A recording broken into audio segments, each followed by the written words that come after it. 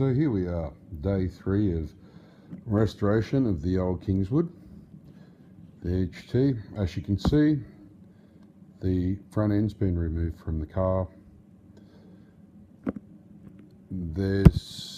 I've had a good look over this front end, and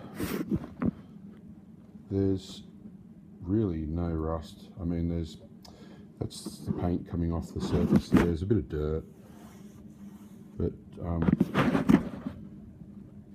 really it's all there. I mean, that's the worst of the front, and there's no rust. I mean, you wire wheel that and it'll come up shiny.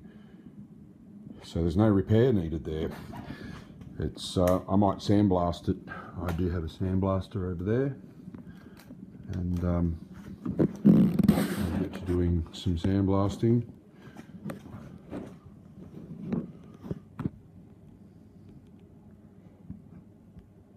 And this side here speaks for itself. It's excellent.